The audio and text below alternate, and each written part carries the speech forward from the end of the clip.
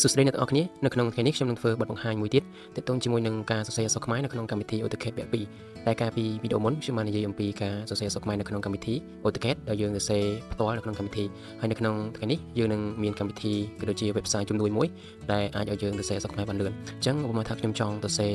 ពាក្យការសរសេរអក្សរខ្មែរអញ្ចឹងបើយើងវាយនៅក្នុងកម្មវិធី AutoCAD វាអាចនឹងចំណាយពេលយូរព្រោះការសរសេរគឺខុសពីការសរសេរនៅក្នុង Word ឬក៏ Excel អញ្ចឹងខ្ញុំអាចលុបទុកតែពាក្យមួយដើម្បីជាតំណាងបងប្អូនដែលអត់បានមើលពីការសរសេរថាយើងយក font អីយើងអាចទៅមើលវីដេអូពាក្យមួយបានអញ្ចឹងខ្ញុំទុកប៉ុណ្ណឹងខ្ញុំចូលទៅក្នុង website មួយអញ្ចឹងបងប្អូនទាំងអស់គ្នាវាយពាក្យខ្មែរ font នេះអញ្ចឹងយើងជ្រើសរើសយកពាក្យខ្មែរ font Limon ពីនោះបងប្អូននឹងឃើញនៅខាងលើអញ្ចឹងនៅកន្លែងនេះ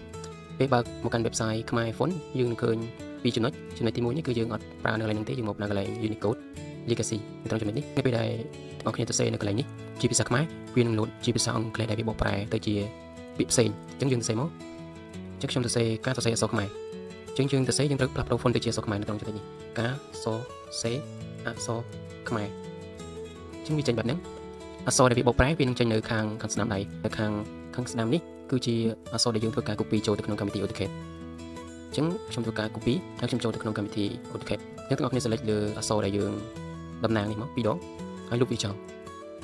ហើយយើងធ្វើការផាសវាចូលមកពេលនោះអក្សរវានឹងចេញរូបរាងបែបនេះអញ្ចឹងវាពិតជាលឿនមែនទែនជំនួយដល់ការសរសេរអក្សរខ្មែរនៅក្នុងកម្មវិធី AutoCAD ហើយសម្រាប់បងប្អូនដែលចង់បាន website ឬក៏ link អាច search នៅក្នុង Google ក៏បានឬក៏ចូលយក link ដែលខ្ញុំនឹងផ្សាយនៅក្នុង group Telegram អញ្ចឹងអរគុណបងប្អូនសម្រាប់ការទស្សនាវីដេអូមួយនេះ